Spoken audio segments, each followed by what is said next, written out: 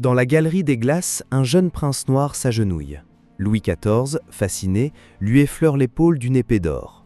Les courtisans retiennent leur souffle, l'Afrique vient de recevoir les insignes de Versailles. Mais à quel prix ? 1er février 1701, château de Versailles. Alors que la guerre d'Espagne s'annonce, la noblesse française cherche de nouveaux récits d'exotisme pour étourdir la cour. Soudain, un nom circule dans les antichambres. Louis Anyaba, prince d'Isigny, petite côte de l'actuelle Côte d'Ivoire. Capturé enfant par des marchands, présenté au roi Soleil 13 ans plus tôt, il revient ce soir pour une cérémonie sans précédent, son adoubement comme capitaine de la garde royale.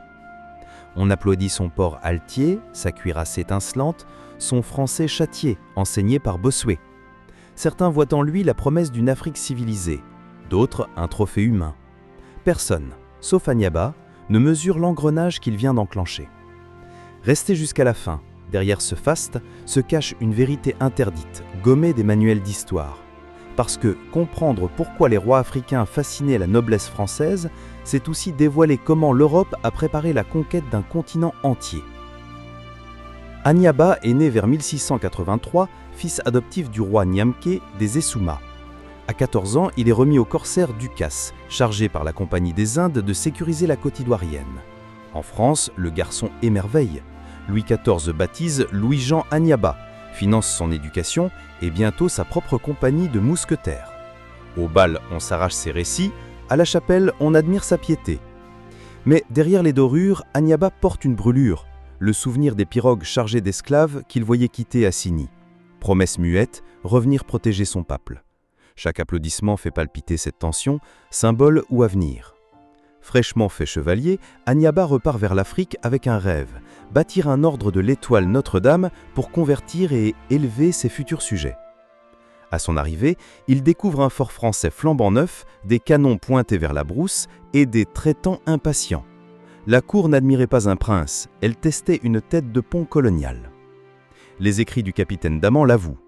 Anyaba servira d'exemple. Quand un roi noir porte l'uniforme de France, les autres ouvriront leur marché. Les notables locaux hésitent, les missionnaires avancent, et très vite, les premiers convois d'esclaves reprennent la mer. Anyaba implore qu'on respecte les traités, on l'écarte des négociations. Sa propre image, jadis célébrée, devient argument de vente. Le prince comprend que sa fascination n'était qu'un piège poli. Des lettres récemment exhumées aux archives d'outre-mer révèlent que Anyaba a tenté de briser ce cycle. Il écrit au ministre Pontchartrain, dénonce la traite honteuse qui emporte mes frères. Réponse, silence. Dans les rapports officiels, son nom s'évapore après 1704. Certains le disent mort en mer, d'autres réfugiés chez les Hakans. Ce qui est sûr, ces terres deviennent 20 ans plus tard la Côte d'Or française. La fascination entretenue par Versailles a servi de rideau chatoyant à une politique méthodique. Séduire les rois africains, copier leurs insignes, puis retourner ces symboles contre eux pour justifier l'occupation. Anyaba n'est pas une exception, il est la matrice. Derrière chaque masque exposé dans les salons parisiens se profile un cargaison d'hommes enchaînés. Un soir de rage, la plume d'un missionnaire note « Le prince Anyaba s'est cloîtré, tourmenté d'avoir été lion en cage dorée. » On ne saura peut-être pas où repose son corps, mais son histoire, elle, gît sous la poussière des archives, étouffée par le vernis des miroirs de Versailles. Souvenez-vous, quand la noblesse française applaudissait un roi africain, elle répétait un refrain vieux comme les empires, « Admirer pour mieux dominer ». Aujourd'hui, les reflets demeurent, statues dans le Louvre, régalia dans les vitrines, mais les voix ont été tues. Ne laissons plus ces miroirs réfléchir le mensonge. Partagez cette vidéo pour que le nom d'Anyaba résonne au-delà des palais. Likez si vous croyez que chaque roi déchu mérite un trône en nos mémoires. Abonnez-vous pour lever ensemble le voile sur les chapitres censurés de l'histoire. Les miroirs de Versailles ne reflétaient pas son âme. À nous de lui rendre la lumière.